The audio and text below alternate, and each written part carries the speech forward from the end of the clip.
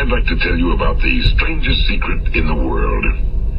Some years ago, the late Nobel Prize-winning Dr. Albert Schweitzer was being interviewed in London, and a reporter asked him, "Doctor, what's wrong with men today?"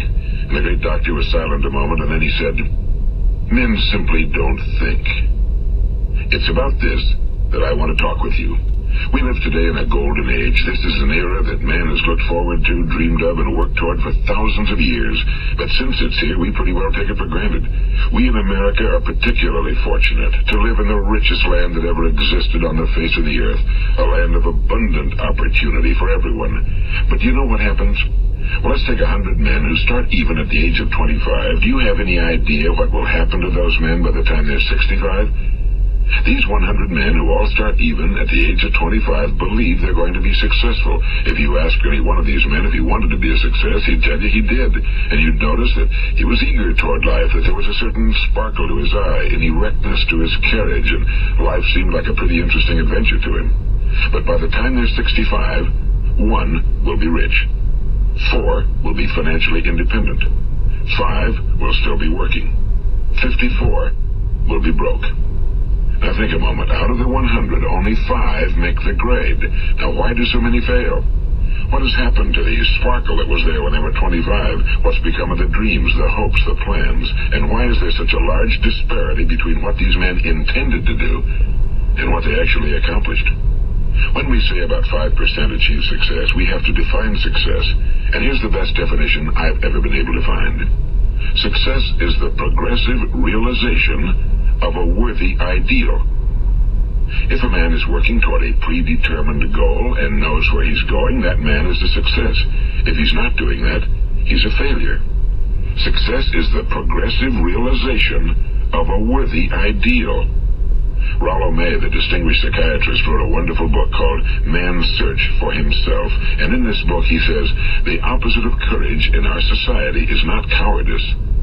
It is conformity. And there you have the trouble today. It's conformity, people acting like everyone else without knowing why, without knowing where they're going. Now think of it. In America right now, there are over 18 million people 65 years of age and older. And most of them are broke. They're dependent on someone else for life's necessities. Now, we learn to read by the time we're 7. We learn to make a living by the time we're 25. Usually by that time, we're not only making a living, we're supporting a family. And yet by the time we're 65, we haven't learned how to become financially independent in the richest land that has ever been known. Why? We conform. And the trouble is that we're acting like the wrong percentage group, the 95 who don't succeed. Now, why do these people conform? Well, they really don't know. These people believe that their lives are shaped by circumstances, by things that happen to them, by exterior forces. They're outer-directed people. A survey was made one time that covered a lot of men, working men, and these men were asked, "Why do you work? Why do you get up in the morning?" 19 out of 20 had no idea. If you ask them, they'll say, well, everyone goes to work in the morning, and that's the reason they do it, because everyone else is doing it. Now let's get back to our definition of success. Who succeeds? The only person who succeeds is the person who is progressively realizing a worthy ideal. He's the person who says, I'm going to become this, and then begins to work toward that goal. I'll tell you who the successful people are. A success is the school teacher who's teaching school because that's what he or she wants to do. The success is the woman who's a wife and mother because she wanted to become a wife and mother and is doing a good job of it. The success is the man who runs the corner gas station because that was his dream. That's what he wanted to do.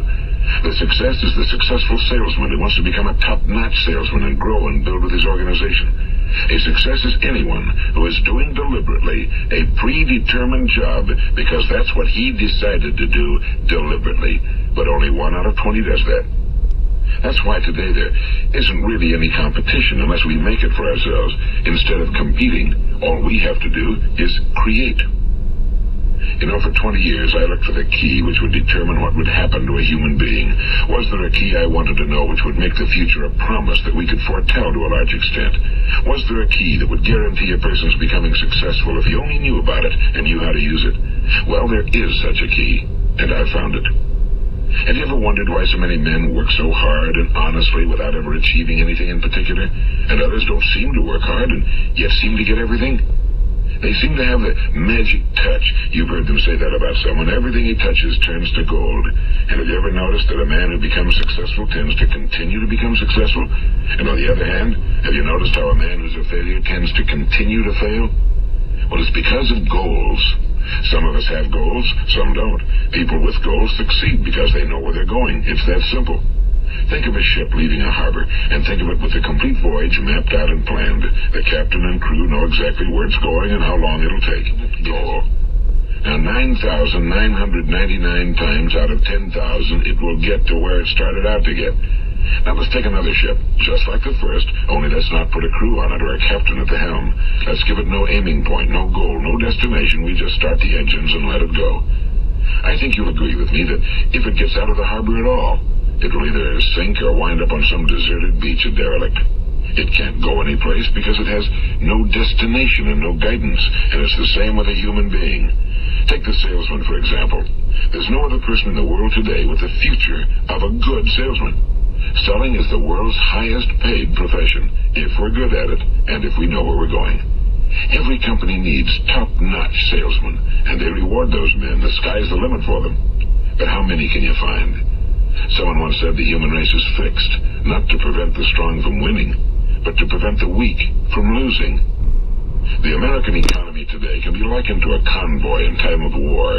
The entire economy is slowed down to protect its weakest link, just as the convoy had to go at the speed that would permit its slowest vessel to remain in formation. That's why it's so easy to make a living today. It takes no particular brains or talent to make a living and support a family today.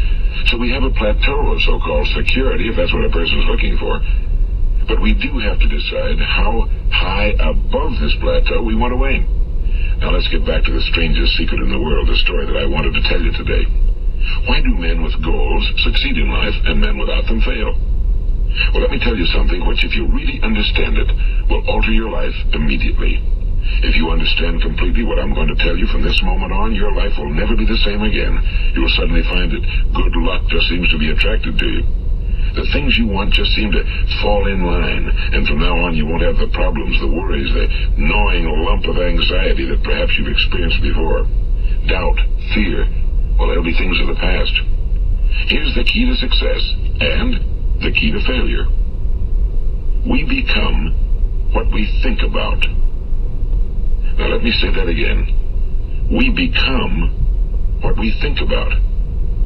Throughout all history, the great wise men and teachers, philosophers and prophets have disagreed with one another on many different things. It's only on this one point that they are in complete and unanimous agreement. Listen to what Marcus Aurelius, the great Roman emperor, said. A man's life is what his thoughts make of it. Disraeli said this. Everything comes if a man will only wait. I've brought myself by long meditation to the conviction that a human being with a settled purpose must accomplish it, and that nothing can resist a will that will stake even existence for its fulfillment. Ralph Waldo Emerson said this, a man is what he thinks about all day long. William James said, the greatest discovery of my generation is that human beings can alter their lives by altering their attitudes of mind. And he also said, we need only in cold blood act as if the thing in question were real, and it will become infallibly real by growing into such a connection with our life that it will become real. It will become so knit with habit and emotion that our interest in it will be those which characterize belief. And he also said, if you only care enough for a result, you will almost certainly attain it. If you wish to be rich, you will be rich. If you wish to be learned, you will be learned. If you wish to be good, you will be good. Only you must then really wish these things and wish them exclusively, and not wish at the same time 100 other incompatible things just as strongly.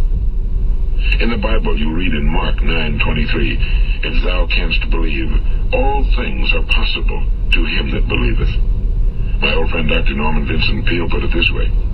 This is one of the greatest laws in the universe. Fervently do I wish I had discovered it as a very young man. It dawned upon me much later in life, and I found it to be one of the greatest, if not my greatest discovery outside of my relationship to God. The great law, briefly and simply stated, is that if you think in negative terms, you will get negative results. If you think in positive terms, you will achieve positive results. That is the simple fact, he went on to say, which is at the basis of an astonishing law of prosperity and success. In 3 words, believe and succeed. William Shakespeare put it this way: our doubts are traitors and make us lose the good we oft might win by fearing to attempt. George Bernard Shaw said, people are always blaming their circumstances for what they are. I don't believe in circumstances. The people who get on in this world are the people who get up and look for the circumstances they want, and if they can't find them, make them. Choose to program your mind with successful thoughts, with positivity, with enthusiasm, with energy, and it will come back tenfold. But you've got to program your mind. Reprogram your mind with positive stuff. The word of the day! That's right, the word of the day! The word of the day today is cacophony. Cacophony, that's right. A harsh, discordant mixture of sounds. A shriek, a racket, a noise, a clamor. A terrible sound, basically. That's all I got for today. Thank you so much for listening. Head out of ass is the first step to success, my friends. Yahoo!